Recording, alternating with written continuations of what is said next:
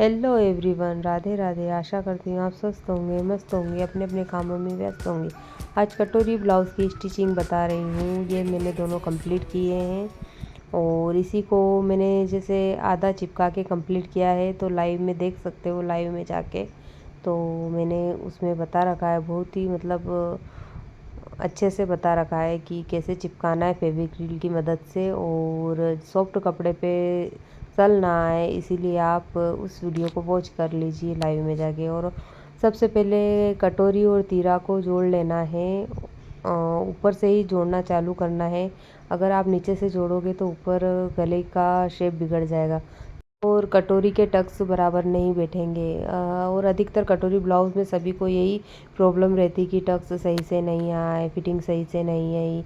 तो आप पूरा ध्यान दीजिए कि कटोरी को, तीरा को ऊपर की साइड से ही जोड़ना है।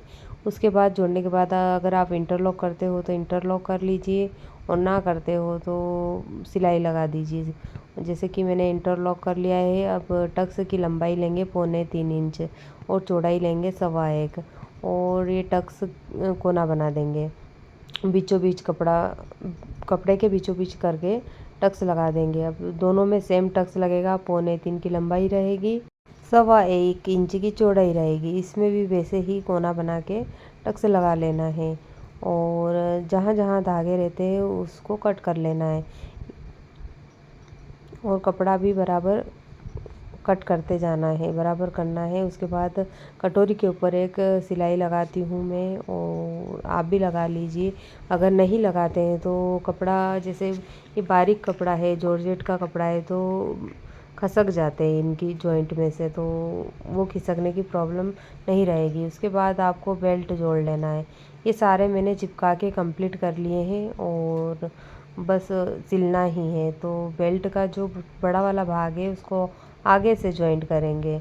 आगे से जॉइंट करना है हुक हाई की पट्टी के साइड से, और सभी पे डबल डबल सिलाई लगाना है।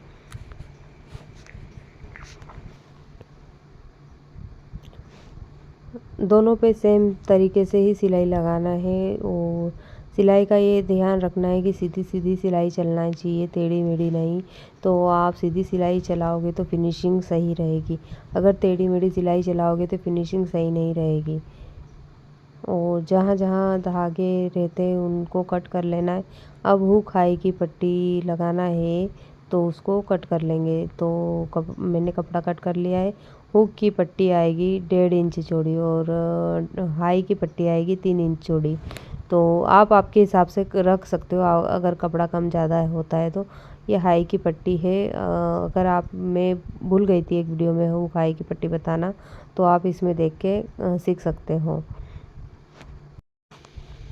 अगर आप एक महिला हो या हाउसवाइफ हो तो घर बैठ के बहुत सारे काम कर सकते हैं, जैसे सिलाई का हो, या फिर कुछ भी अदर बिजनेस हो, या फिर कुछ ऑफिस वर्क भी करते हो। तो आजकल सभी को सिलाई करना बहुत पसंद है, और नहीं भी है तो कुछ ना कुछ करते ही रहना चाहिए आगे कुछ बढ़ने के लिए। हाई की पट्टी तो कंप्लीट हो गई है। अब हुक की पट्टी लगा रही हूँ, तो आप देख ही सकते हो। हुक हाई की पट्टी सेट करके मैं देखती हूँ कि गला जहाँ पे एक्स्ट्रा कपड़ा आता है वहाँ पे कट कर लेती हूँ, और पहले से ही मैं निशान लगा के रखती हूँ कि इस साइड से पट्टियाँ मुझे लगाना है। तो और फिर बैक साइड की टक्स लगा लेंगे। बैक साइड के टक्स भी मैं डेली वर्क करती हूँ, तो मुझे इंची टेप से नापने की ज़रूरत नहीं रहती है। बस पीछे का पार्ट लिया और एकदम परफेक्ट टक्स लग जाता है, कुछ नापने की ज़रूरत नहीं रहती है। अब शोल्डर जॉइंट कर रही हूँ। शोल्डर दोनों साइड के जॉइंट कर लूँगी और फिर इंटरलॉक कर लूँगी। मेरा बस यही रहता है कि एक पार्ट कंप्लीट किया, फिर इंटरलॉक किया, फिर दूसरा पार्ट कंप्लीट किया, फिर इंटरलॉक किया। बस इसको ब्लाउज़ में साथ ही करना रहता है। अगर सूट वगैरह रहता है तो बस सूट कंप्लीट करने के बाद कर सकते हैं, बट ब्लाउज़ में बार बार उठना और बैठना पड़ता है। अब शोल्डर जॉइंट हो गए और एक्स्ट्रा छटिंग कर लेंगे। एक्स्ट्रा छटिंग फिटिंग के लिए बहुत ज़रूरी है। अगर एक्स्ट्रा छटिंग नहीं करोगे तो फिटिंग सही नहीं आएगी। अगर आपकी फिटिंग की लाइन प्रॉपर सीधी नहीं आती है तो एक्स्ट्रा सेटिंग कर लीजिए। और देख लीजिए कि आस्तीन में कपड़ा कम था तो फिर मैंने जो एक आस्तीन में जॉइंट लगा लिया है, अब दूसरी आस्तीन में जॉइंट लगा रही हूँ। और आपके पास भी अगर ऐसा हो तो आप कर सकते हो, क्योंकि अधिकतर कपड़े कभी छोटे आ जाते हैं और आस्तीन लंबी आ जाती है तो जॉइंट लगाने भी पड़ते हैं। और अधिकतर कोई बताता भी नहीं है कि जॉइंट कैसे लगाएं, क्या करें, बस टुकड़े जोड़ना है वैसे तो, बट डायरेक्ट स्लीव का बता देते हैं। अब स्लीव जोड़ लेना है। स्लीव जोड़ने के लिए सबसे पहले बीच बीच में से ही जोड़ना है स्लीव को।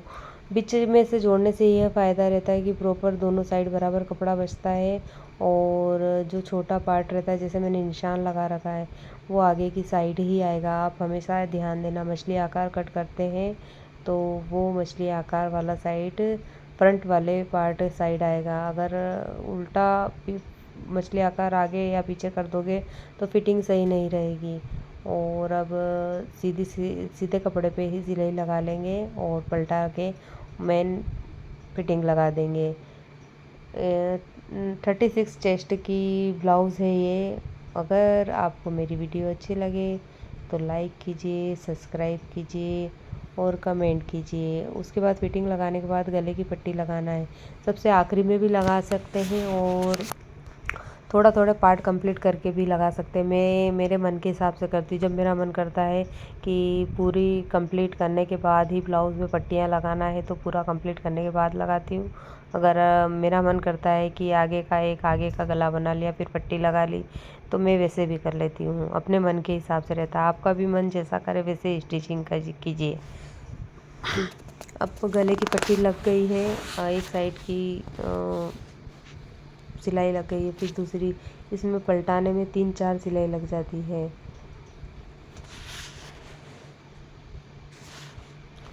अगर आप मेरी वीडियो को देखते हुए यहाँ तक आ गए हो और वॉच किया है उसके लिए थैंक यू।